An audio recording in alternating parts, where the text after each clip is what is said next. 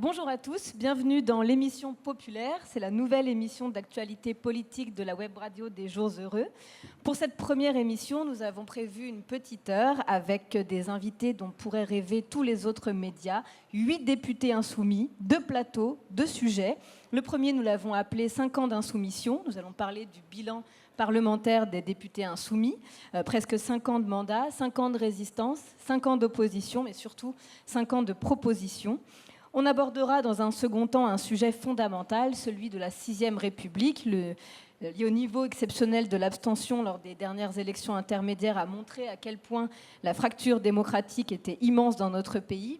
La confiance est rompue entre les citoyens et les institutions représentatives de la 5e qui sont à bout de souffle. Nous avons le pouvoir de refonder nos institutions communes et nous proposons pour cela une mesure clé, convoquer une constituante pour passer à la 6e République et enfin entrer dans le 21e siècle. Avant de commencer, je profite de ce moment donc pour vous rappeler 2 choses. La première, c'est le meeting de Jean-Luc Mélenchon, ici même demain à 10h. Également, comme Ludo l'a rappelé, de donner sur le site lafranceinsoumise.fr. Chaque don nous aide à organiser des événements comme celui-ci, à acheter du matériel, à nous occuper du site, bref, à faire campagne. Donc n'hésitez pas. Alors, pour le premier sujet, j'ai le plaisir d'avoir avec moi la nouvelle présidente du groupe parlementaire à l'Assemblée, Mathilde Panot.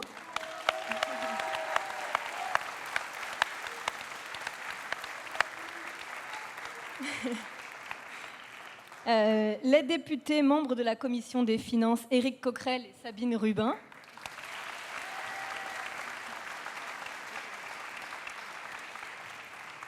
Et le député de La Réunion, membre de la Commission des Affaires sociales, Jean-Hugues Ratenon.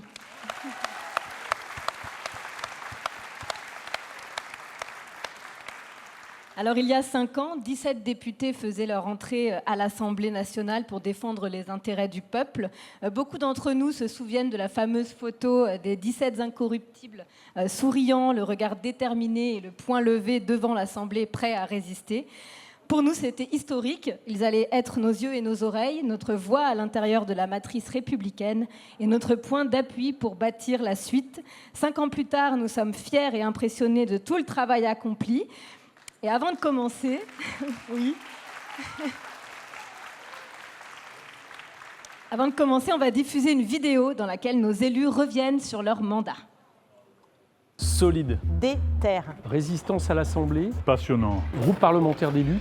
Populaire. Et groupe parlementaire de l'alternative aux macronistes. Prête à gouverner. Déterminé quand nous sommes arrivés face au pouvoir en place, à la Macronie. Pendant 4 ans, on a complètement, intégralement, tout le temps, matin, midi et soir, été insoumis sur tous les textes. C'est-à-dire, en fait, on a répondu au mandat qui nous a été confié, un mandat d'opposant. Donc on a été élus pour nous opposer, ce que nous avons fait. S'il fallait retenir un souvenir qui montre cette solidité, pour moi, c'est la bataille des retraites. On a réussi à les faire plier sur les retraites. Je me rappelle de cette nuit de commission, on a débarqué à plus de 10 au cœur de la nuit pour réussir à plier cette réforme des retraites. À la fois s'opposer de manière très, très ferme, toujours en faisant en sorte de montrer des alternatives. En fait, depuis 4 ans, on ne cesse de donner non seulement une vision alternative, mais aussi des propositions concrètes. C'est divers et on va sur le fond des choses. Nous avons déposé 95 propositions de loi, nous avons déposé plus de 60 propositions de résolution, nous avons déposé près de 60 000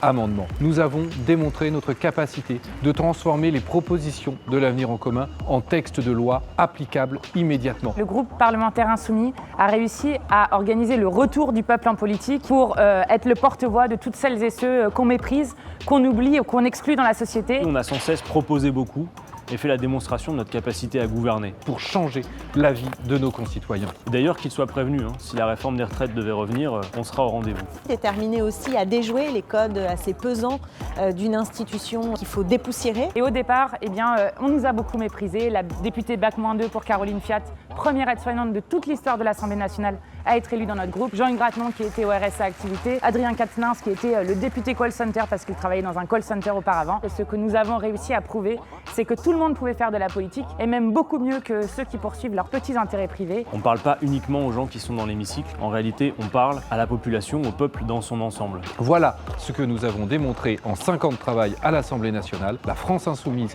possède une équipe qui est prête à gouverner. Oui, nous voulons que la politique soit l'affaire de toutes et tous, et c'est ce que nous avons réussi à prouver dans les faits, concrètement, avec ce mandat. Ce mandat a été passionnant. J'espère que le second le sera encore plus.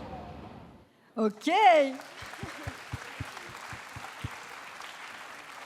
Bon, les députés insoumis ont fait le boulot d'opposition attendu face au président de la Ve République le plus violent, mais ils ont été surtout force de proposition. Donc on l'a vu, 57 000 amendements, près d'une centaine de propositions de loi, sans oublier les rapports de commissions d'enquête et de missions d'information. Ils ont publié un bilan de leurs 4 ans de mandat.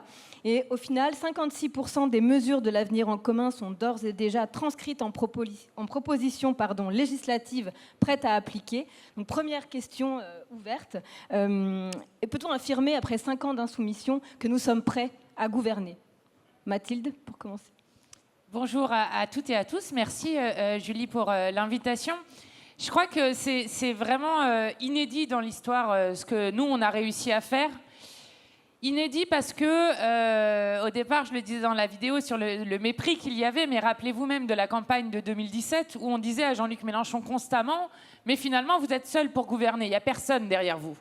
Et ce qu'on a réussi à prouver avec les 17, plus les 6 qui se rajoutent au Parlement européen, et puis il y en a beaucoup d'autres derrière, notamment on a des équipes, on a les militants qui nous donnent de la force collective qu'on sent fortement dans l'Assemblée nationale, eh bien c'est qu'on était plein en fait à être solide politiquement, ce dont ils doutaient complètement au départ.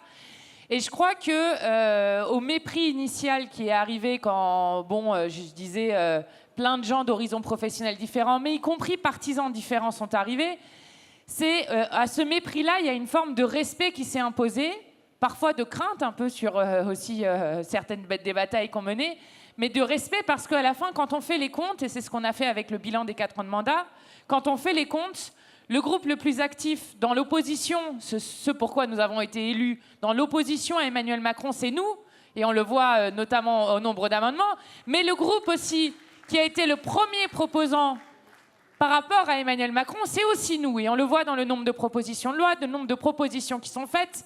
Et bien souvent, d'ailleurs, dans le débat politique, c'est notre groupe qui met des thèmes sur le débat politique. Le blocage des prix en est un exemple, sur lequel les autres ensuite essaient de se positionner parce que généralement, ils n'ont pas beaucoup d'idées. Donc, en fait, c'est un point d'appui extrêmement important pour nous. Parce que, quand je dis le retour du peuple en politique, c'est que notre groupe, et je crois que chacun et chacune d'entre nous ici l'a vu, l'a perçu, l'a entendu, eh bien, a redonné une représentation populaire à plein de gens dans ce pays qui ne se sentaient absolument plus représentés à l'Assemblée nationale. C'est les gens qui viennent nous voir en nous disant « Bon, c'est la première fois de ma vie que je regarde l'Assemblée, c'est la première fois de ma vie que je me sens représentée, c'est la première fois de ma vie que je suis fière de mon vote. » Et donc, ce qu'on a fait en 4 ans et demi de mandat, eh bien, c'est que non seulement nous avons un programme, mais maintenant nous avons tout un tas de propositions de loi, de propositions issues de nos commissions d'enquête, de propositions issues des rapports qui sont faits chaque année. Je pense à celui d'Éric Coquerel, notamment sur la question des moyens du ministère de la Transition écologique, mais sur plein de choses sur lesquelles nous avons avancé. Et juste, les amis, je vous le dis juste, 56% de l'avenir en commun qui a été transcrit en amendement ou en proposition de loi, non seulement ça veut dire qu'on est prêt, dès qu'on est au pouvoir, on sait ce qu'il faut faire, mais ça veut dire aussi que dans notre programme L'avenir en commun, il y a plein de choses qui dépendent des décrets ou d'autres choses que de la loi. Donc on a fait un travail qui est absolument titanesque sur cette question-là. Et on l'a toujours fait en lien avec les citoyens, on pourra en reparler. En tout cas, oui, je pense qu'on est prêt et que nous sommes une équipe, nous, mais aussi les autres derrière, et que nous avons une pérennité d'une force politique qui a travaillé d'arrache-pied et qui fait peur aux macronistes. Il y a eu un travail aussi titanesque abattu avec les 4 contre-budgets effectués. Là, je me tourne vers Éric Coquerel et Sabine Rubin de la Commission des Finances. Vous avez présenté donc 4 contre-budgets. Quelles ont été les évolutions entre les différents contre-budgets que vous avez présentés au fur et à mesure que le quinquennat de Macron avançait ? Ils n'ont pas seulement changé de couleur. Non, je dis ça parce que... Non, les évolutions... Alors d'abord, pourquoi des contre-budgets ? Posons-nous déjà la question, parce que on a été les premiers à le faire. Alors après, le premier, c'était assez marrant parce qu'on fait un contre-budget, on l'annonce, et quelques jours avant, on a le groupe du Parti Socialiste qui fait une conférence de presse sur un contre-budget avec, je me rappelle, il y avait 2 feuillets à peu près, en gros, Bon, parce ils ont dû se dire que c'est quand même pas une mauvaise idée de montrer ce que nous pouvions faire, non seulement en termes d'opposition au budget présenté par Macron, mais aussi si nous étions au pouvoir. Donc les contre-budgets, à chaque fois, ça a été de consister à démonter le budget macroniste, mais aussi à dire ce qu'on ferait nous à la place. Et j'allais dire quelque part, ça a été un peu notre marque de fabrique, tout le temps. On a toujours tenu à dire pourquoi on s'opposait et qu'est-ce qu'on proposait. Voilà. Et le contre-budget en est l'exemple. Alors ils ont varié. Le premier, si je peux dire, était un peu celui du début de mandat. Donc on a expliqué ce qu'on ferait en 5 ans si Macron était appelé à démissionner. Je dois dire qu'à l'époque, on espérait que ça ne tienne pas aussi longtemps. Il y avait un peu cet espoir, notamment avec les mobilisations sociales.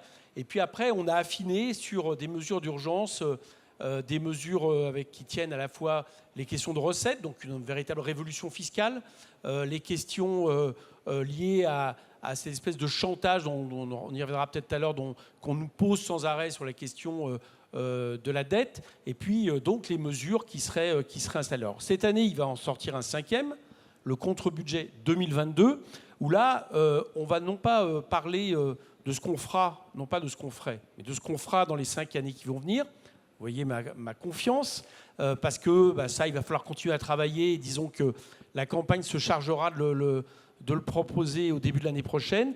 Mais on a voulu faire le budget qui serait nécessaire pour mettre tout de suite en place une loi d'urgence sociale pour faire face à la situation de crise économique, de crise sanitaire, de crise environnementale urgente dans laquelle on est. Et donc, c'est le contre-budget que vous découvrirez bientôt, je crois, fin octobre, hein, il me semble, là-dessus, et avec lequel on a travaillé aussi avec Manon Aubry, puisqu'elle s'occupe un peu de la même chose au niveau du Parlement européen. Donc voilà ce que sont les contre-budgets. C'est en gros des documents qui montrent qu'on est prêt à gouverner, y compris peut-être sur la partie où on nous attend le moins, qui est la partie financière, mais on a des propositions très sérieuses qui sont évidemment en rupture avec les politiques de l'offre et de l'austérité qu'on nous impose aujourd'hui. Oui, alors on rappelle que ça a été l'objet d'un gros travail collectif, hein, car on n'a pas les moyens de Bercy. Donc c'est des documents que vous pouvez retrouver en PDF sur le site de la France Insoumise. Il y a aussi d'ailleurs ce que vous pouvez retrouver sur le site de la France Insoumise, c'est la possibilité de faire un don. Comme ça me permet de rappeler que vous pouvez faire un don sur le site de la France Insoumise. Pour revenir justement sur la violence de ce quinquennat, Macron en ce moment se présente comme étant le président du pouvoir d'achat. Comment démonter ce mensonge ? Précisément, il y a mardi dernier, aux questions au gouvernement, justement, j'ai interrogé ce grand mensonge, ou en tout cas ce grand coup de communication. Parce que tout tient à la communication et à ce qu'on fait dire aux chiffres. Alors, effectivement, il veut se décoller de l'image de président des riches. Précisément, l'ensemble des contre-budgets que vient d'évoquer donc Éric montre combien tous les cadeaux fiscaux qui ont été faits ont été des cadeaux aux riches, quand c'est quelques oboles qui ont été donnés à tous les pauvres. Moi, j'interroge, on réinterroge en effet les... pardon. Oui, on réinterroge en effet donc les chiffres qui nous sont montrés, les courbes qui nous sont montrées. C'est vrai que le pouvoir d'achat, il y a eu une baisse de la fiscalité pour tout le monde, mais qui bénéficie notamment aux plus riches. Voilà. Et quand on interroge le gouvernement, finalement, sur les raisons qui font que il y a 8 millions de pauvres, il y a 1 million de pauvres supplémentaires et 8 millions de personnes qui font la queue pour l'aide alimentaire, on n'a pas de réponse. On n'a pas de réponse. C'est ça aussi que je trouve assez fascinant, parce que nous faisons donc des contre-budgets, et pour rebondir sur ce que disait aussi Éric, chacune de nos propositions, nous les mettons dans des amendements. Tout ce que l'on reprend, les différents points sur la fiscalité, etc., tout ce qui a été retiré, tout ce qui a été mis comme cadeaux fiscaux, tout ce qui n'a pas été fait comme enlever les niches fiscales, on les réinterroge point par point. Et pas plus tard que jusqu'à vendredi. Hein. Depuis 4 ans, nous n'avons aucun argument qui nous sont proposés viable, même économiquement viable. Voilà. Donc oui, c'est beaucoup de communication, ça se comprend, il est nécessaire qu'il se donne une autre image, mais non, les chiffres, les données sont têtus. Les riches sont incroyablement enrichis et des pauvres, il y en a plus. Alors, je ne sais pas de quel pouvoir d'achat il parle, mais décidément, c'est un grand mensonge. Je veux bien juste compléter l'entourloupe qui a lieu, parce que vous l'avez écouté toute la semaine, ils ont commencé leur budget avec, dans ce cas-là, ils ont tous toujours le même vocabulaire. Le pouvoir d'achat de tout le monde a augmenté, à commencer par les plus défavorisés. Voilà, ils l'ont servi à l'Assemblée, ils le servent dans les médias. Alors pour que vous compreniez, je vais juste technique, mais vraiment une minute, pour que vous compreniez l'entourloupe. Ils ont pris des tableaux d'augmentation, soi-disant, du niveau de vie par les mesures d'Emmanuel Macron. Et ils ont présenté un tableau partout le même, qui laissait penser, on voit une grande flèche, plus 4% d'augmentation du niveau de vie pour les plus défavorisés, ce qu'on appelle le premier décile. Hein. Et puis, à l'autre bout, eh bien, le dernier décile, les plus riches, on avait l'impression que finalement, ils avaient beaucoup moins augmenté le niveau de vie. Alors, première entourloupe, chacun le comprendra, c'est que quand vous avez plus de 4%, mais si vous gagnez 1 000 euros, le moins qu'on puisse dire, c'est que ça ne vous fait pas grand-chose. Par contre, quand vous augmentez de 2% des revenus qui se comptent à plusieurs centaines de milliers d'euros par mois, vous comprendrez que la logique est différente. Et d'ailleurs, dans le même document, apparaissait un tableau un peu plus loin qui était juste l'augmentation du revenu brut. Et alors là, on voyait une montée himalayesque des 5% les plus riches, et puis par ailleurs, pour les autres, c'était beaucoup plus bas. C'était la première entourloupe. Mais ce n'est pas la seule. C'est pas la seule parce que là... J'ai parlé trop longtemps, peut-être. C'est pas la... Non, c'est bon. C'est pas la seule parce qu'il y avait une autre entourloupe plus grave. C'est que là, c'était le niveau de vie de certaines mesures permises, données par le gouvernement. Alors déjà, ils en ont mis de côté. Par exemple, ils n'ont pas mis là-dedans tout ce qui a été fait pour les revenus du capital. Vous comprendrez que là-dessus, évidemment, ça minore un peu ce qui a été donné aux plus riches. Mais surtout, en fait, ce n'était pas le pouvoir d'achat, contrairement à ce qu'ils ont dit. C'est-à-dire, ils n'ont pas regardé là-dedans l'augmentation, par contre, de l'énergie, par exemple, l'augmentation du logement, l'augmentation de tous les produits de première nécessité dont nous demandons le blocage. Et quand là, vous avez le tableau, Libération y a travaillé, vous voyez une chose, c'est que près du quart de l'augmentation du pouvoir d'achat a souri aux 20% de nos concitoyens, aux 10% de nos concitoyens les plus riches. Et ce que je peux vous assurer, c'est que plus vous montez, plus vous avez effectivement une augmentation pour les plus riches de riches. Ce qui fait que, tout à l'heure, ça a été dit par Adrien, on a une situation où les 500 plus grandes fortunes de France, effectivement, ont vu leur revenu croître de 100% sous Macron. C'est ça la réalité. Donc leur truc du pouvoir d'achat, leur truc de laisser penser que Macron, c'est le président des pauvres, c'est plus que faux et archi-faux, c'est une entourloupe, c'est un mensonge. Ça a été le président des riches et des très riches. Merci Eric. Alors, je vais annoncer aussi le fait que tu sors un livre, Eric, le 28 octobre, le livre qui s'appelle « Lâchez-nous la dette », dans lequel aussi tu démontes une fiction qui est le discours éternel qu'on a sur la dette publique qui plombe les finances de l'État, etc. Donc à retrouver aux éditions de l'Atelier le 28 octobre en librairie. Merci beaucoup. Sabine, je voulais revenir avec toi sur les questions de l'enseignement sur lesquelles tu t'es beaucoup impliquée. Cette semaine est sorti dans l'Obs un long entretien de Jean-Luc Mélenchon, dans lequel il revient notamment sur le saccage de l'école publique opéré par 2 décennies d'austérité et par la philosophie de Jean-Michel Blanquer, qui vise à s'attaquer méthodiquement au service public de l'éducation nationale. Oui, vous pouvez y aller. Comme je l'ai dit, tu t'es beaucoup impliquée sur ces questions. Tu as notamment déposé à l'Assemblée nationale une proposition de loi pour une démocratie lycéenne pleine et entière, et vous avez défendu une autre politique pour l'éducation nationale. Est-ce que tu peux nous parler de l'école que nous voulons et que ferons-nous en premier quand on arrivera au pouvoir ? Oui, alors peut-être déjà parler de l'école qu'on ne veut pas, parce que c'est ici on applaudit, on siffle Jean-Michel Blanquer, mais très peu de choses se sont passées de Jean-Michel Blanquer, ne sont passées par la loi. Il a fait beaucoup de choses qu'on a appris par les journaux, les professeurs eux-mêmes, comme la réforme du lycée, la réforme du bac. Tout ça s'est passé hors du Parlement, et je dirais même contre toutes les consultations qu'il avait faites auprès des professeurs. Je dirais que par ailleurs,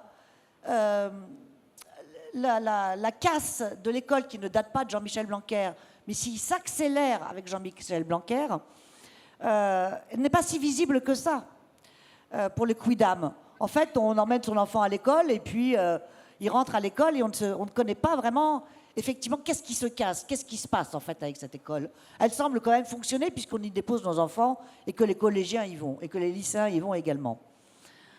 Donc ça se passe à bas bruit et ça se passe depuis 10 ans.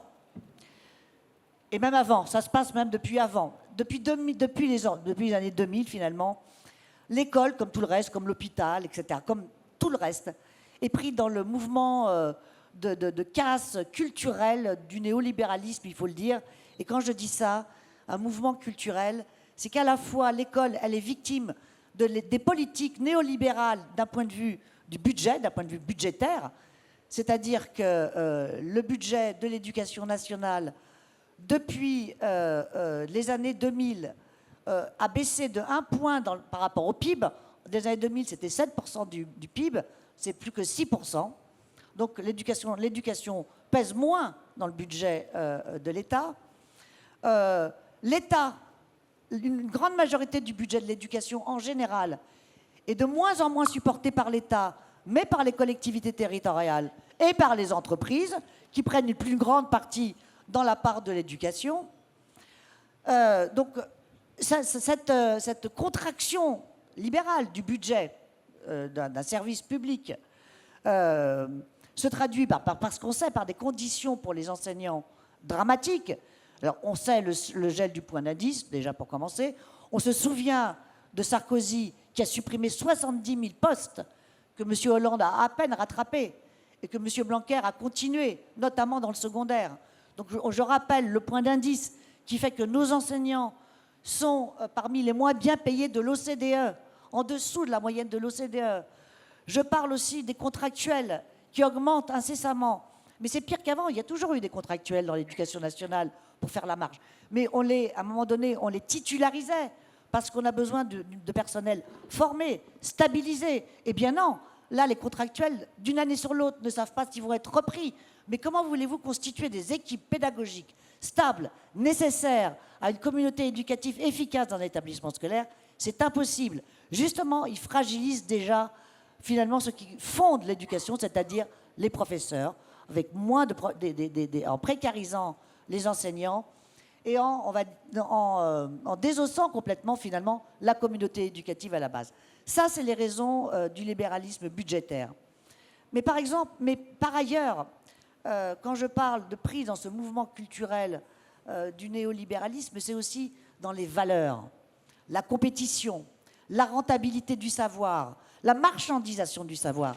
Et alors là, Blanquer, c'est le champion. Bon, de toute façon, mes notes sont vos, mais je les connais par cœur. Non, parce que voilà. Et c'est pas facile à faire comprendre. C'est pas facile à se faire comprendre parce que c'est un bas mot. Et que lui, en plus, n'en parle jamais. Alors il dit quand même, vous avez une autre vision. Oui, nous avons une autre vision, complètement une autre vision de l'éducation. Alors, comment ça se passe, la mise en compétition? Ça avait déjà commencé avec Hollande et sa réforme des collèges. Bon, alors, selon les régions, il y avait tel ou tel programme. Mais avec la réforme des lycées et les 12 spécialités des lycées, il y en a 12 en vérité, mais il n'y en a pas 12 partout. C'est à la carte, mais la carte n'est pas la même dans tous les établissements scolaires, dans tous les quartiers, dans toutes les régions. Grand 1, grand 2, la réforme du bac, c'est pareil, c'est le bac en continu. Il y a un souci?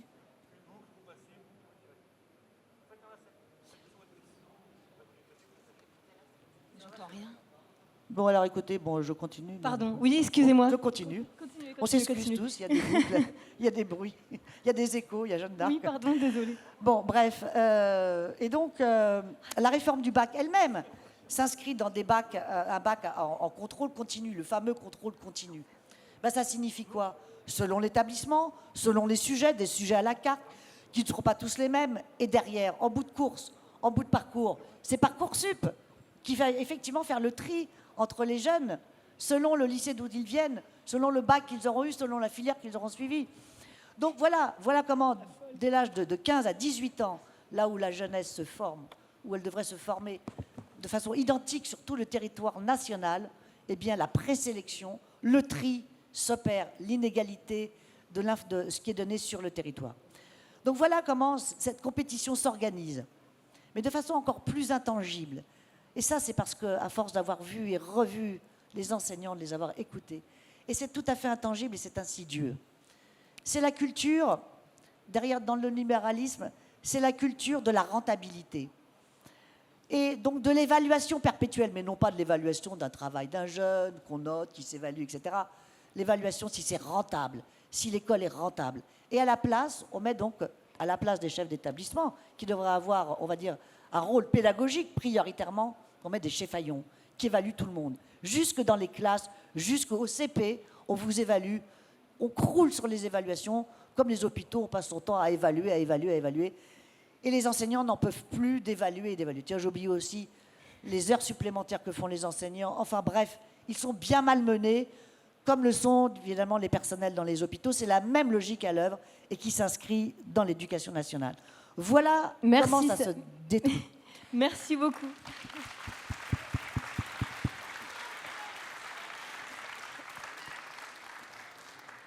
Il faut savoir aussi comment on le reconstruit peut-être. Oui, tout à fait. Mais alors là, il faut que je passe la parole à Monsieur Jean-Hugues Ratenon, qui est député donc de la Réunion. Alors sur les visuels qu'on va voir à l'écran, on te voit notamment soutenir les jeunes diplômés contre le mépris et l'arrogance du gouvernement dont on vient de parler avec Sabine. On te voit également aux côtés des agriculteurs. Et toi, tout le long de ton mandat, tu as eu à cœur et tu as à cœur de développer une vraie politique ambitieuse pour les Outre-mer afin de mettre fin aux inégalités. Les Outre-mer, on le sait, sont en première ligne sur plusieurs sujets, notamment sur le thème du réchauffement climatique avec la montée des eaux et également sur la pauvreté qui explose dans ces territoires et des difficultés amplifiées notamment par la crise sanitaire. Alors Jean-Hugues, entre 2017 et aujourd'hui, comment la situation a évolué dans les Outre-mer ? Merci avant tout, merci pour l'invitation. Et puis, bonsoir à vous tous, bonsoir à toutes. Avant de répondre à votre question, je voulais répondre à la première question. Si nous sommes là ce soir, c'est que véritablement, nous sommes prêts à gouverner. Et si les gens sont là, si le peuple est là, c'est que le peuple est prêt à gouverner. Et Jean-Luc Mélenchon, ce n'est pas Jean-Luc Mélenchon. Jean-Luc Mélenchon, c'est un peuple. Jean-Luc Mélenchon, c'est un programme. Jean-Luc Mélenchon, c'est une équipe. Donc une équipe prête à gouverner la France.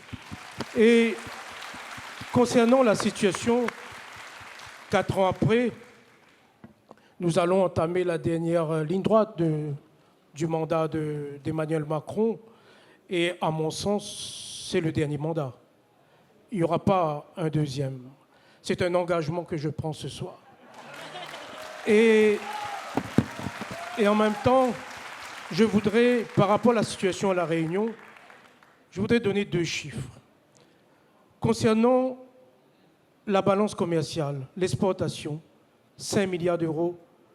L'importation, 5 milliards d'euros d'importation pour un peu moins de 300 millions d'euros d'exportation. À travers ces 2 chiffres, on voit que la situation n'est pas bonne. Et cette situation n'a pas changé. Et pire, elle s'est aggravée. Au niveau de l'alimentation, on importe pour près d'1 milliard d'euros. Ça veut dire qu'il n'y a pas d'autosuffisance alimentaire sur notre territoire. Ça veut dire qu'on dépense pour acheter la marchandise qui vient de l'extérieur et non, on dépense pour la production du pays, de La Réunion. Et c'est pour cette raison qu'on a un taux de chômage aussi élevé. Et parallèlement, je prends toujours l'exemple de La Réunion, les écarts se creusent, l'écart de revenus. Entre les plus riches et les plus pauvres, c'est 5 fois. Et les plus pauvres à La Réunion, c'est à peu près 600-700 euros par mois de revenus.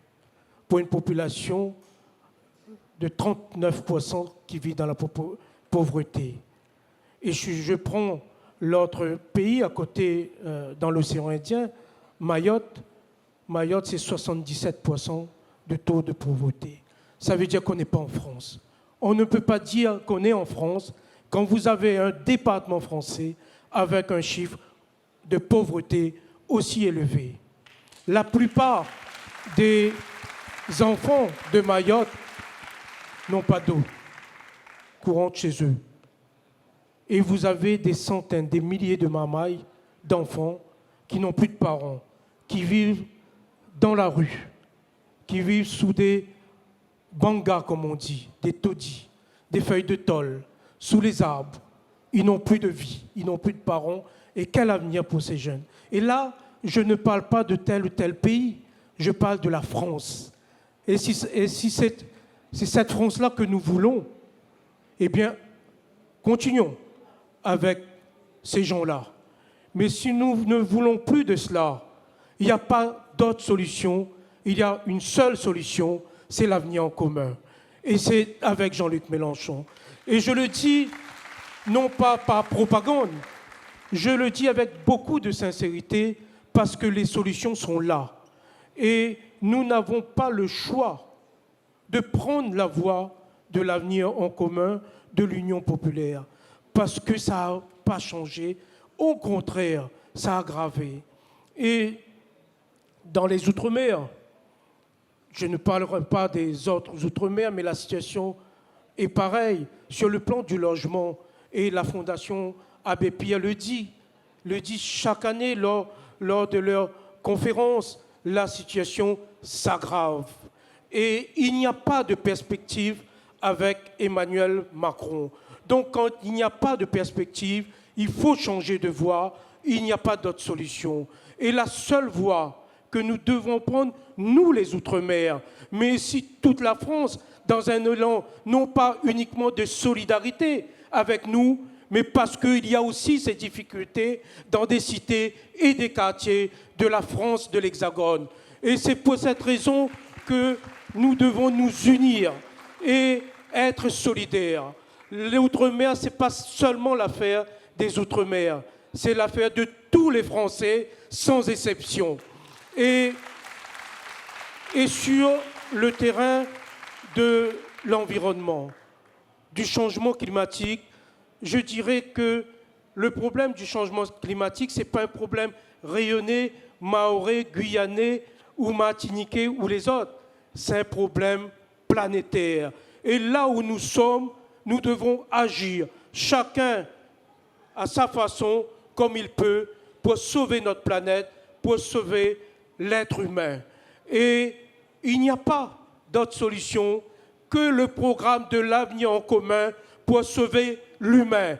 Pas seulement les humains qui habitent en France, mais partout dans le monde, parce que nous avons aussi une vision mondiale, internationale et planétaire.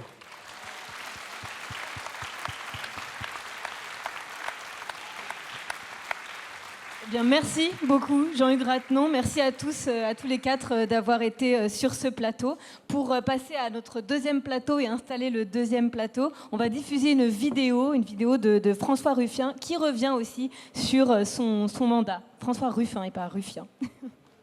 On me demande de quoi je suis fier à l'Assemblée. Bon, on le savait d'avance, pouvoir législatif, c'est deux mots de mensonge. Il n'y a pas de pouvoir et c'est pas législatif.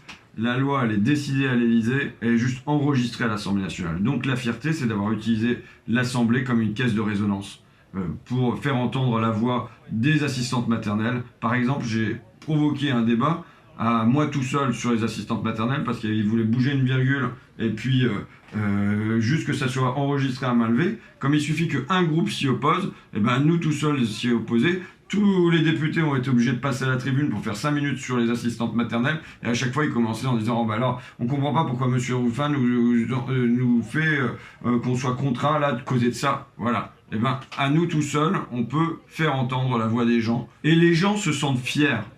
Tu vois, combien d'auxiliaires de vie sociale sont venus me voir sur le bord de trottoir ou des agents d'entretien pour me dire « Vous nous avez soulagés. » Soulagés de quoi ? Soulagés du sentiment de ne pas exister dans la société, d'être des gens qui ne sont rien. Et bien à quelques moments comme ça, venir porter leurs paroles et venir les sortir de l'ombre, ça fait que ça les soulage, elles se sentent un peu mieux. Donc au moins sur le plan spirituel, à défaut d'avoir transformé l'ordre matériel, on peut bouger quelque chose depuis la tribune de l'hémicycle.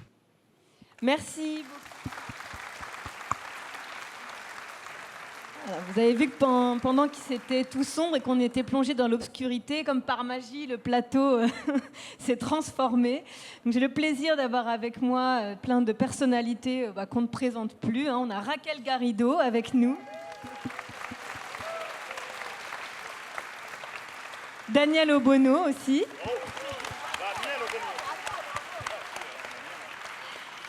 Caroline Fiat. Et Michel Larive.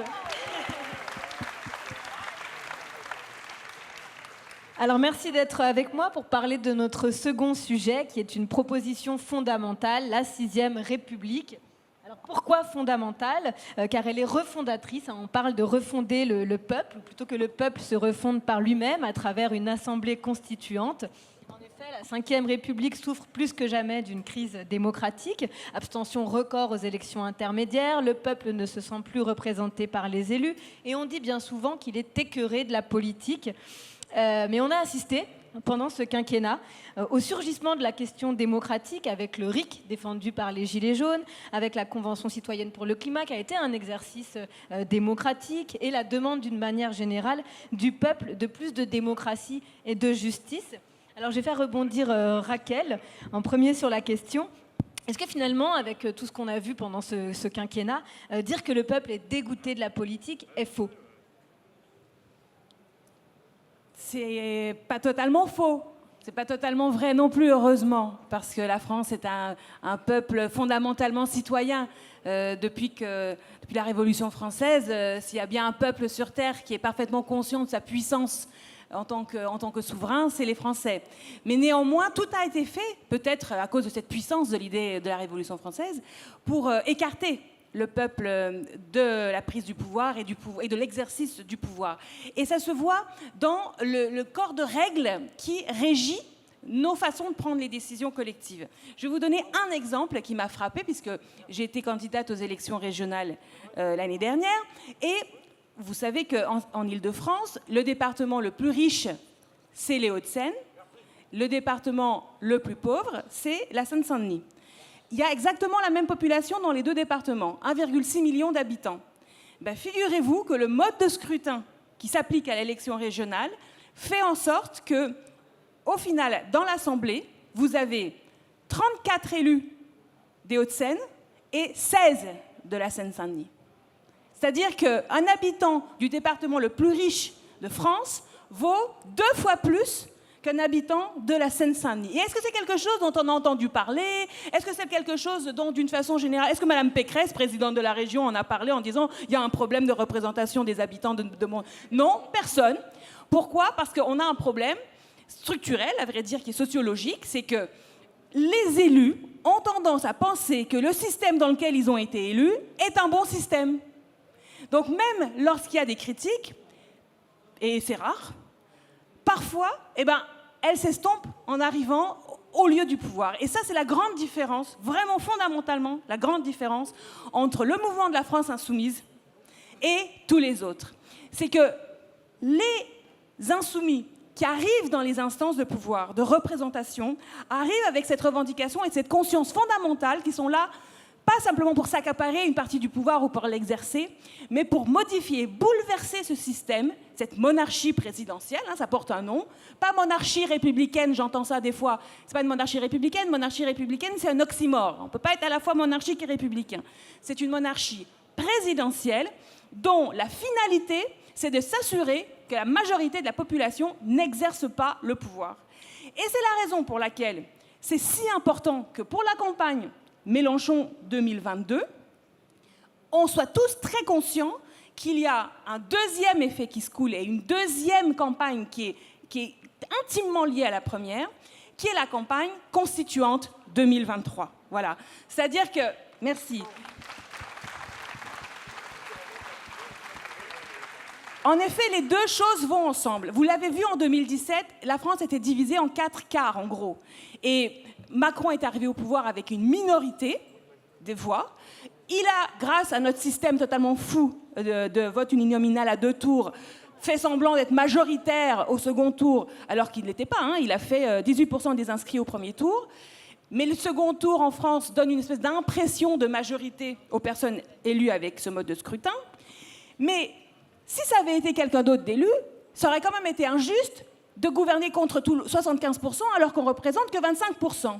Donc la question démocratique est à l'ordre du jour en toute hypothèse. Et sauf que personne n'a de réponse à part les insoumis. Tous les autres veulent être monarques à la place du monarque, se disent je vais gouverner avec 20%, peut-être même 16%, 17%, on ne sait pas à quel niveau va être le point de passage au second tour à cette élection. Et ne se pose pas le problème de la crise politique profonde que ça engendre. Nous, on a déjà un calendrier, et je termine là-dessus parce que déjà, je suis un peu longue, mais je pense que c'est vraiment important que tous les Français le sachent. Il y a un calendrier. On connaît la date des élections présidentielles, c'est en avril 2022. On connaît la date des élections législatives, c'est en juin 2022. Mais savez-vous que la date du référendum pour convoquer la constituante, c'est-à-dire convoquez-vous, puisque c'est vous les Français qui avez le pouvoir constituant, convoquez-vous l'Assemblée constituante? Oui. Bon, et bien cette question va être posée aux gens le 14 juillet 2022. Save the date. D'accord? C'est un référendum qui va avoir lieu. On peut revenir après, si j'ai le temps, sur les modalités de tout ça. Il y aura ensuite, du coup, la désignation des constituants. Ça, c'est novembre 2022. Et on reviendra sur le détail sur comment on va faire pour désigner des gens. Certains seront tirés au sort, d'autres non, paritaires, proportionnels, etc. Inéligibilité des personnes qui ont été à l'Assemblée pendant la Ve République. Ça, c'est super important. Parce qu'on ne va quand même pas compter sur les élus d'Ancien Régime pour faire la Sixième République. Et je sais, c'est très injuste pour vous, les amis insoumis qui sont actuellement à l'Assemblée, mais la règle, on l'applique ou on ne l'applique pas. Ça, c'est donc cette élection-là, c'est novembre 2022. De façon à ce qu'on soit prêt pour commencer la constituante en janvier 2023. Donc, hashtag 2023, ça va de pair avec Mélenchon 2022. Et c'est très important que tout le monde le comprenne parce que ça peut faire, je pense, l'objet finalement d'un grand consensus dans notre pays. Parfaite introduction. Merci beaucoup, Raquel. On va revenir avec vous sur le sujet, mais je dois libérer Caroline qui doit retourner à son atelier. Alors, Caroline, toi, tu t'es impliquée sur les nouveaux droits qui impliquent les nouvelles règles communes qu'on souhaite voir adoptées par les Français. Toi, tu t'es particulièrement battue sur le sujet du fait de mourir, du droit de mourir dans la dignité. On va diffuser une vidéo, d'ailleurs, de toi. J'ai trop eu à subir, à souffrir de personnes qui me demandaient de les aider à partir plus vite et que je ne pouvais pas le faire. Et ça, c'est un poids sur les épaules des soignants dont on ne parle jamais. Quand vous êtes les yeux dans les yeux, quand la personne vous tient la main, qu'il y a les larmes que vous sentez et que vous êtes dans le refus, il n'y a rien de plus horrible que de regarder la personne et de lui dire non, non. Je vous laisse souffrir, je ne peux pas y répondre. Et c'est pas je veux des soins palliatifs, je veux la loi Claes-Leonetti, c'est je veux mourir. Ok, merci au jour du Seigneur pour cet extrait. Amen. Alors, c'est ma fierté parce que Jean-Luc Mélenchon n'a pas fait le jour du Seigneur. Ah. Je suis la seule députée qui ait fait le jour du Seigneur, c'est ma fierté. Alors, le groupe parlementaire a déposé dès 2017 une proposition de loi pour donner un cadre légal respectueux de la volonté des personnes et protecteur pour le corps médical à l'euthanasie et l'assistance au suicide. Alors Caroline, on l'a vu, en tant que soignante, tu t'es particulièrement impliquée sur ce sujet. Comment défend-on l'idée d'un nouveau droit ? C'est compliqué. Alors, c'est difficile parce que on se retrouve avec des gens, alors obtus et fermés, qui font bien comprendre que non, hors de question, on n'en parlera pas à l'Assemblée nationale, donc qui balancent des tonnes d'amendements pour pas qu'on puisse en parler. D'autres personnes qui essayent de nous expliquer que c'est pas le lieu, que c'est pas le moment, qu'on n'en a pas assez parlé, alors que la première fois qu'on en a parlé dans l'hémicycle, c'était en 1973. Donc, je pense que la discussion et les débats ont déjà eu lieu plusieurs fois. Et on rentre dans l'intime. Et on rentre encore plus dans l'intime, c'est qu'en fait, on parle de la mort. Et c'est un sujet tabou dans notre pays. Alors, bizarrement, pour les soignants, nous, on parle de la mort assez facilement. Mais dès que vous commencez à parler de la mort, ça fait peur, ça fait réagir. Et dans notre proposition de loi, on disait qu'il fallait pouvoir mourir dans la dignité. Et donc, on n'a pas arrêté de nous casser les pieds à nous demander ce que c'était que mourir dans la dignité. On nous demandait une définition du mourir dans la dignité. Et j'avais répondu qu'on était 577 députés dans l'hémicycle. Et si je demandais aux 577 députés une définition, j'aurais 577 définitions différentes parce que c'est un choix intime, c'est un choix personnel et que c'est pas au législateur de définir ce choix de mourir dans la dignité. Qu'est-ce qu'une fin de vie digne ? C'est bien la personne elle-même. Mais par contre, il faut légiférer pour que demain on puisse dire à quelqu'un, oui, vous souhaitez abréger, entre guillemets, non, même pas, abréger vos souffrances, vous souhaitez pouvoir bénéficier d'une assistance médicale pour mourir, nous acceptons, nous vous le proposons, la France vous le propose. On est en 2021 obligé de partir en Belgique, en Suisse. Le Portugal ouvre cette possibilité aujourd'hui. C'est quand même affreux parce que ce qu'il faut se dire, c'est que ça coûte de l'argent pour y aller et le faire, mais en plus, il faut être très riche pour pouvoir faire revenir le corps et être enterré en France, parce que ça, on n'en parle jamais. Voilà, donc non, laissons mourir dignement les personnes qui le souhaitent. Et un sondage de la Croix, hein, donc on le prend celui-ci, 89% des Français souhaitent qu'on légifère sur le sujet. Ça ne veut pas dire que 89% des Français souhaitent une euthanasie ou une assistance à mourir dans la dignité. Ils souhaitent juste pouvoir, si nécessaire, avoir le choix. Oui, parce qu'on rappelle que...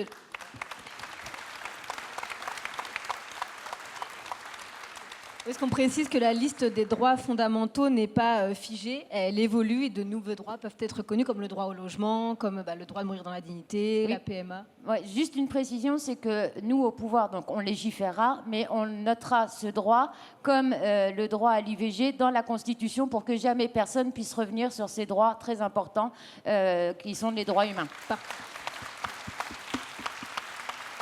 Merci beaucoup, Caroline. Est-ce que tu veux qu'on te libère? Ouais, on te libère. Merci beaucoup. Au revoir.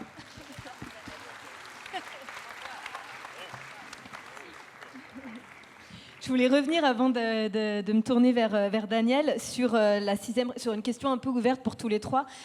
Finalement, la question de la 6e République, c'était déjà présent dans le programme présidentiel de 2012. Et donc, c'est une question qui a infusé les esprits, qui est maintenant dans les débats. C'est plus étonnant d'entendre parler de 6e République. Donc, c'est plus facile de faire campagne aujourd'hui pour la 6e République plutôt qu'en 2017 et encore moins en 2012.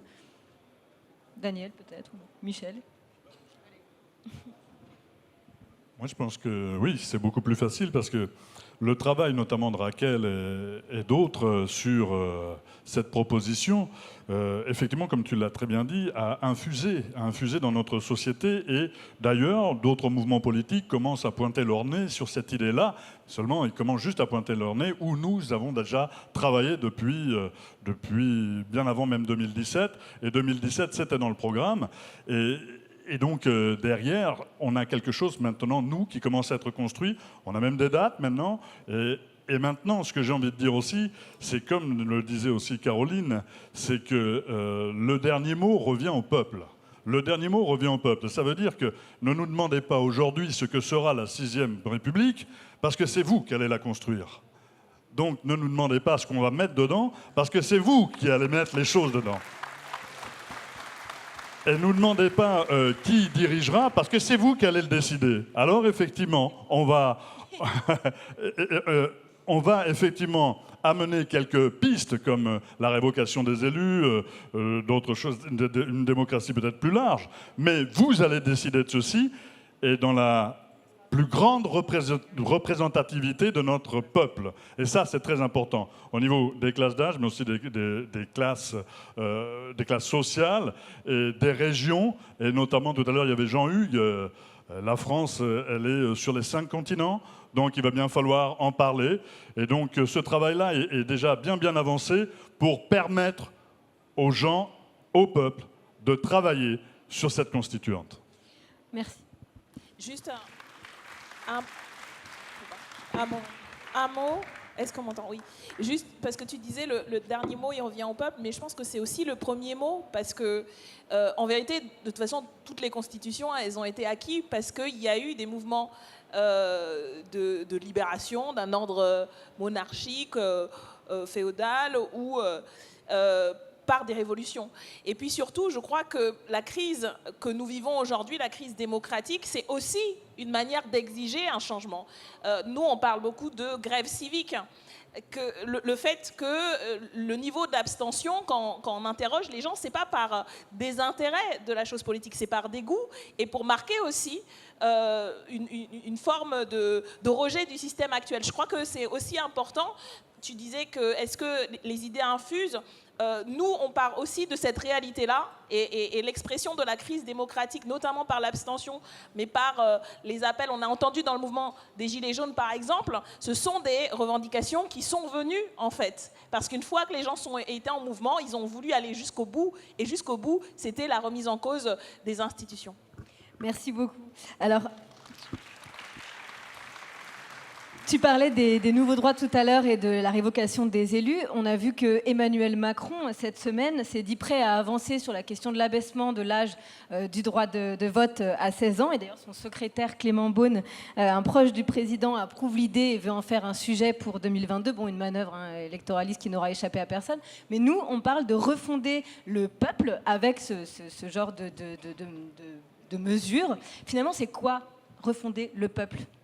Raquel. C'est un acte d'amour, c'est-à-dire, vous voyez, cette division permanente dans laquelle on est renvoyé les uns par rapport aux autres, par d'abord un système économique, qui fait de nous des agents en concurrence pour l'emploi, en concurrence pour manger, et qui nous jette les uns contre les autres, avec des prétextes à chaque fois totalement éculés, la religion, la couleur de peau, etc. Enfin, toujours, il y a une bonne raison qu'on se déteste entre nous, plutôt que de s'en prendre à ceux qui nous dépossèdent et qui nient notre dignité de peuple.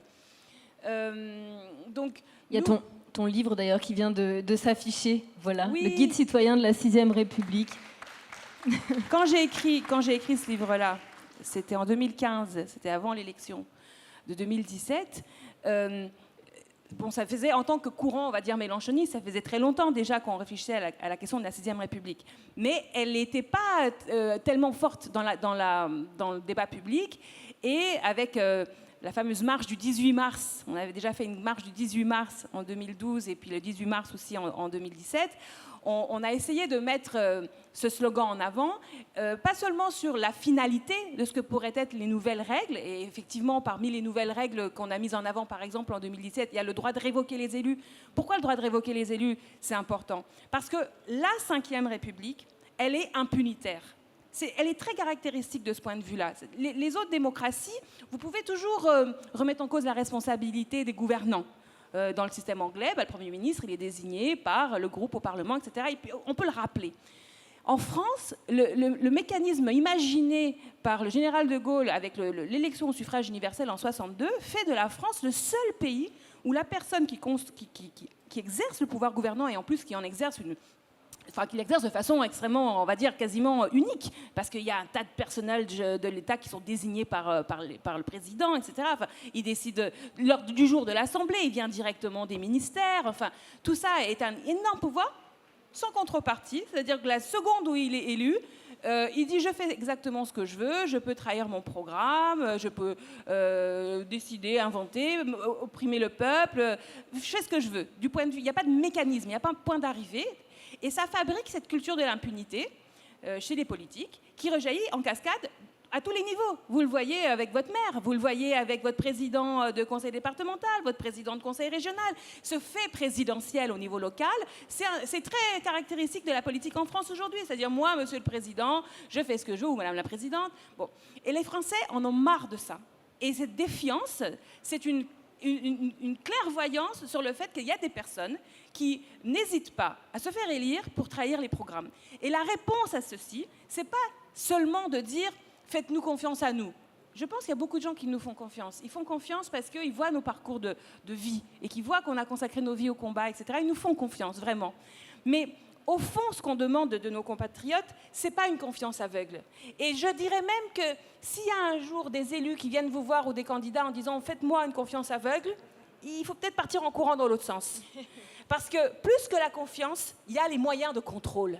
Il faut qu'on transforme la défiance en goût de gouverner avec, goût d'être le citoyen entre les élections, goût de contrôler. Et c'est pour ça que le droit de révoquer les élus, les citoyens gardent ce droit entre les élections, c'est fondamental. Parce que du coup, effectivement, le programme, on sait qu'il est appliqué. S'il doit être modifié, c'est avec la délibération et l'assentiment des habitants. Et ça fait de nous une société politique adulte, contrairement à l'état dans lequel nous a réduit actuellement la monarchie présidentielle, qui est une situation d'infantilisation totale. Merci Raquel. Justement, quand on parle de refonder le peuple, il y a la question de la justice qui revient le plus souvent. Ça a été au cœur, notamment dans toutes les plus grandes manifestations de ce dernier quinquennat. On l'a vu notamment avec l'acharnement judiciaire que vivent certains gilets jaunes, la répression violente de tous les mouvements sociaux. En quoi la question de la justice, je me tourne vers toi Daniel, est indissociable de la refonte d'un nouveau cadre démocratique?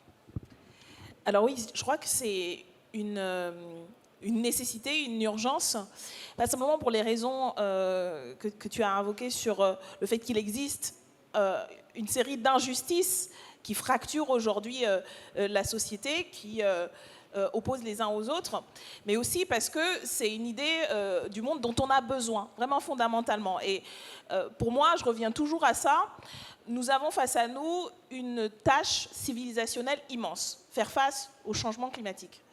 Et pour ça, il va falloir se serrer les coudes. Il va falloir être tous et toutes ensemble pour faire face à ça. On a besoin de l'enthousiasme, de l'intelligence, de la force collective des uns et des autres. Et ça, ce n'est pas possible dans une société qui continue à perpétuer des injustices économiques, des injustices sociales, des discriminations, le fait de pointer du doigt les uns et les autres en fonction de la couleur de peau, de la religion. Ça, c'est impossible pour la tâche immense qu'on a à faire. De la même manière, l'individualisme néolibéral du chacun et chacune pour soi, là aussi, ça nous mène à la catastrophe. Donc, l'idée même de justice, pour moi, elle est consubstantielle à la fois de ce qui est notre histoire de l'humanité, mais aussi de l'avenir que nous avons à construire en commun. Et pour parler et revenir à la question de l'institution même en elle-même, même le principe même de l'institution judiciaire a été mise à mal par les politiques néolibérales qui voient tout comme un service d'une grande entreprise qui doit faire du profit. Et pour eux, la notion de profit en matière de justice, c'est au nombre de condamnations, parce qu'il y a une logique, il y a une idéologie de la justice. Il y a une justice des riches et des pauvres. La justice des riches, c'est celle qui se fait par l'amiable et dont l'objectif, c'est d'éviter qu'on en arrive à la sanction. Et c'est une justice, d'ailleurs, pour notre part, dont on pense qu'on devrait s'en inspirer. Mais ce n'est pas celle qui est appliquée aux plus pauvres, qui doivent être sanctionnés le plus tôt possible. Et puis, c'est une justice qu'on a appauvrie. Aujourd'hui, la France est un des pays en Europe qui traite le plus mal sa justice, son institution judiciaire. Nous sommes en dessous de la moyenne européenne en termes de nombre de magistrats et magistrates, mais également toutes celles et ceux qui font l'institution judiciaire, les greffiers et les greffières, les avocats et les avocates, et tout le personnel, parce que c'est énormément de gens qui tiennent, elles et eux aussi, à bout de bras, comme dans tant d'autres de services publics, cette justice qui, dans l'idéal, dans la manière dont elle a été aussi construite par les luttes, parce que je tiens à le rappeler, ça c'est une dimension, cette justice, elle nous appartient, elle appartient au peuple. La justice n'a été possible que parce que des générations et des générations d'hommes et de femmes se sont rebellés, ont exigé ce qui était inimaginable, mais que chacun et chacune sentait en soi-même, la nécessaire égalité et le fait que les uns et les autres aient accès à des droits fondamentaux. Et on en a la traduction dans les grandes déclarations des droits de l'homme et du citoyen. Et donc, cette justice, elle est la nôtre, et c'est pour ça qu'il faut s'intéresser à cette question qui apparaît ardue. Et en plus, c'est une institution qui est mise très à l'écart en fait de la société, alors même qu'elle concerne au quotidien énormément de personnes dans des litiges qui vont des questions les plus prosaïques aux grandes affaires. Et ça, c'est une tâche effectivement que nous nous donnons de redonner les moyens d'une justice pour et par le peuple, au nom du peuple, qui est digne de nos idéaux et puis qui rend justice concrètement pour faire reculer les inégalités et pour construire ensemble ce monde qu'il est urgent à construire. Bravo. Alors, juste Raquel, rapidement, on dit qu'on n'a plus beaucoup de temps et j'aimerais Julie, parce que je m'aperçois que je n'ai pas tout à fait bien répondu à ta question tout à l'heure sur ce que c'était refonder le peuple. Et juste en 2 mots, un peuple, c'est quoi? Un peuple, c'est un groupe de personnes qui exercent ensemble et effectivement la souveraineté politique. C'est ça un peuple. Sinon, si on n'exerce pas le pouvoir politique ensemble, on est une foule. Et aujourd'hui, on voit bien que l'oligarchie, le système économique, voudrait qu'on soit qu'une foule. Parce que c'est comme ça qu'elle préserve son pouvoir. Mais pour qu'on puisse être un peuple réellement, il faut qu'on se le dise et qu'on se dise « Ah, mais je veux bien être peuple avec toi, je veux bien être peuple avec toi. Je ne suis pas d'accord avec toi sur un tas de sujets. On n'a pas la même religion, on n'a pas la même couleur de peau, on n'a peut-être pas les mêmes avis sur tel ou tel aspect politique. Peut-être même que toi, par exemple, tu es pour le rétablissement de la royauté. Bon, mais est-ce qu'on est d'accord pour être ensemble, faire un peuple, faire une nation, faire la France? Eh bien, si la réponse à ça, de la part des Français, c'est oui, alors nous ferons une constituante. Et les personnes qui pensent qu'il faut mettre Louis XIX, 20 et je ne sais pas quoi, ben, ils feront une liste. Ils se présenteront à la constituante et ils diront on veut une monarchie à nouveau. Mais il y aura la possibilité pour toute la France de dire comment elle veut être ensemble. Et une fois qu'on aura fait tout ce processus, et à la fin, il y aura un référendum quand même. C'est pas la constituante qui rédige le texte tout seul, attention. Il y a 2 ans maximum qui est prévu. Ensuite, un référendum. Et quand cette norme-là, supérieure, elle est adoptée, à ce moment-là, on peut redescendre au niveau législatif pour se disputer sur ce qu'il y a lieu de faire dans le cadre des grandes libertés et des grands droits fondamentaux tels qu'ils ont été réaffirmés par cette constituante 2023. Merci beaucoup. Alors,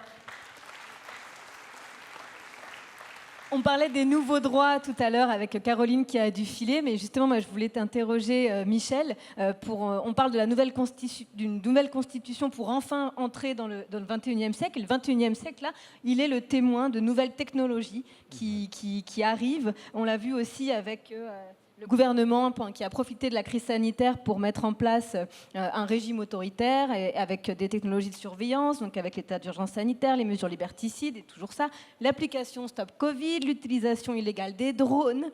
On a vu aussi à l'international dans l'actualité que la Suisse, c'est toi qui me l'as dit, a légiféré sur la fiscalité des robots. On a vu aussi qu'à Moscou, ils ont fait en sorte d'installer la reconnaissance faciale pour payer le métro. Et Michel, tu es à l'origine, à l'initiative de la création d'un groupe Sciences et Technologies au sein de l'Union interparlementaire, duquel tu as été élu président à l'unanimité. Et bravo. Est-ce que tu peux nous parler des enjeux de ce groupe de travail? Pourquoi tu as pris cette initiative? Ah, ça. Non, mais ça, chaque fois que c'est moi, ça fait comme ça. Non, c'est une blague. Oui, alors d'abord, j'ai un mandat du groupe pour aller à l'UIP. C'est l'Union interparlementaire. Alors, c'est une vieille maison internationale qui est née même avant la SDN, en 1889. Et donc, c'est l'ONU des parlementaires. Et j'y siège en représentant la France et notamment le groupe La France Insoumise. Mais il a fallu jouer des coudes. Et il a fallu proposer des choses. C'est pour ça, quand on nous dit « oui, vous ne faites que contester », si moi, je suis là-bas en tant que président, c'est qu'on a proposé. On a proposé, et on a tellement proposé que le tout petit groupe minoritaire, La France Insoumise, a un représentant maintenant permanent. Et je vais vous dire... Et je vais vous dire comment ça s'est passé. C'est que la réaction, l'esprit réactionnaire qui prévaut là dans la campagne présidentielle française, ben, il existe dans le monde entier malheureusement. Et qu'il fallait trouver quelque chose. Il fallait trouver un axe de progrès humain. Et alors, il fallait en faire un vecteur justement d'universalité. Il fallait surtout en faire un vecteur de paix. Parce que la réaction amène le conflit. Alors nous avons pris le contre-pied. Et j'ai eu cette idée de faire une charte éthique internationale de l'usage des technosciences. Et pourquoi les sciences? Parce que le langage de la science, il est universel, par essence. On fait les mêmes mathématiques quelque part, à quelque chose près, à Tokyo qu'à Paris, qu'à Santiago de Chile, au Cap en Sud-Afrique. Et donc, à partir de ce moment-là, on a le même langage et on peut se comprendre. On peut donc là avoir un véhicule de paix par excellence. Et le véhicule proprement dit, c'est la charte éthique internationale de l'usage des technosciences. Et j'en ai parlé lors d'un discours à Genève, dans cette enceinte plénière, devant tous les parlementaires du monde entier, où la délégation française, conduite pourtant par La République En Marche, la présidente de la délégation a décidé, pour essayer de promouvoir cette idée, parce que ce n'est pas seulement une idée pour la France insoumise, c'est une idée pour la France. C'est-à-dire que c'est encore une fois à nouveau la France qui porte une idée qui est issue de son histoire et de l'histoire de l'humanité et de l'histoire quelque part des Lumières. Et donc nous continuons dans notre histoire. Et cette proposition a fait écho. Elle a fait écho au secrétaire général de cette organisation et surtout écho dans tous les pays du monde. Pourquoi ? Parce que, tu l'as dit, il y a la surveillance, mais il y a plein d'autres choses. Il y a plein d'autres choses. Il y a par exemple le transhumanisme. Le transhumanisme qui est une déviance qui devient une déviance idéologique. Alors pour la petite histoire, l'un des promoteurs et un des inventeurs du transhumanisme, c'était le frangin d'Aldous. C'était John Huxley. Et il l'a bien aidé à son frangin Aldous pour écrire Le meilleur des mondes. Et donc, ce transhumanisme-là est en train, effectivement, lui aussi d'infuser. Et donc, nous, notre job de parlementaires, parce qu'on a ce mandat du peuple, c'est de protéger les peuples du monde entier. Et c'est ce que j'ai dit à la tribune de Genève. Nous seuls avons ce mandat. Les gouvernements ne l'ont pas, parce qu'ils sont désignés. Nous sommes élus. Et on sera peut-être mieux élus encore en 2023, donc, ou 24 ou autre. Mais en tout cas, voilà comment ça s'est passé. Qui travaille avec nous ? Eh bien, on travaille avec le CERN de Genève, on travaille avec l'UNESCO, on travaille avec les chartes des cultures du monde. Et l'idée, c'est de regarder quel est l'impact de ces technosciences sur nos sociétés et sur les populations. Alors, cette charte, elle pose des problèmes, et ces technosciences, elles posent un problème. J'ai parlé du transhumanisme, mais si jamais un jour, par la science et par l'innovation et par la convergence NBIC, on crée un être de culture, il faudrait à ce moment-là se poser la question déontologique du droit de se constituer en collectif à cet être. Et puis on peut se poser aussi la question ontologique vers une spiritualité. Et donc à partir de ce moment-là, il faut qu'à un moment donné, nous nous occupons de ceci avant que ceci s'occupe de nous. Vous comprenez ce que je veux dire ? Donc à un moment donné, ce monde-là, ce n'est pas le monde de demain, c'est le monde d'aujourd'hui dans lequel demain va nous absorber.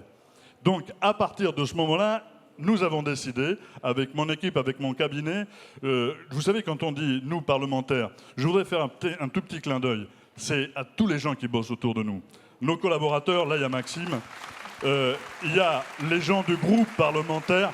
Tout ce qu'on a fait et tout ce qu'on vous présente depuis ce matin, c'est parce qu'il y a un maximum de gens autour de nous, des filles et des gars formidables, et qui, des fois, sur certains points, sont bien plus calés que nous. Et donc, ça nous aide véritablement. Et bien sûr, sur le bouleversement climatique, il y a là aussi, dans cette charte éthique internationale de l'usage des technosciences, un énorme paragraphe dessus. En ce moment, nous travaillons dessus. J'étais hier en visioconférence avec ma vice-présidente du groupe, qui est la présidente de l'Assemblée scientifique du Parlement égyptien. Donc c'est une parlementaire égyptienne. Et nous conduisons ceci, et nous sommes aujourd'hui en construction d'une charte qui servira au Parlement du monde entier à pouvoir établir peut-être pour eux un arsenal législatif qui leur corresponde, suivant les différences culturelles que nous trouvons sur toute la planète. Je dis ceci parce qu'à un moment donné, ce que nous poserons est quelque chose, c'est une alarme pour dire comme ça, le monde de demain, c'est aussi le nôtre. Et c'est ça aussi la France insoumise. C'est le monde d'aujourd'hui, mais aussi de demain. On parle de la constituante, on parle d'une nouvelle république, mais on va être dans un nouveau monde. Et les technologies seront absolument omniprésentes dans ce nouveau monde. Voilà, alors aujourd'hui, nous sommes en pleine construction. Nous avons là une assemblée générale à Madrid de l'Union interparlementaire et nous avons donc des séances de travail là-dessus. Puis, dans le but de poser cette charte éthique internationale sous une forme de résolution, c'est la délégation française qui le porte. Mais en fait, j'ai souhaité, en tant que président du groupe, que la chose soit universelle. Donc, je demande que cette résolution soit signée au moins par tous les pays qui vont participer à l'établissement de cette charte, et ça vient d'être accepté. Et je vous annonce que je proposerai je proposerai cette charte éthique internationale de l'usage des technosciences en mars à l'Assemblée générale de l'UIP à Jakarta. Donc voilà. Et j'espère que cette charte fera son chemin.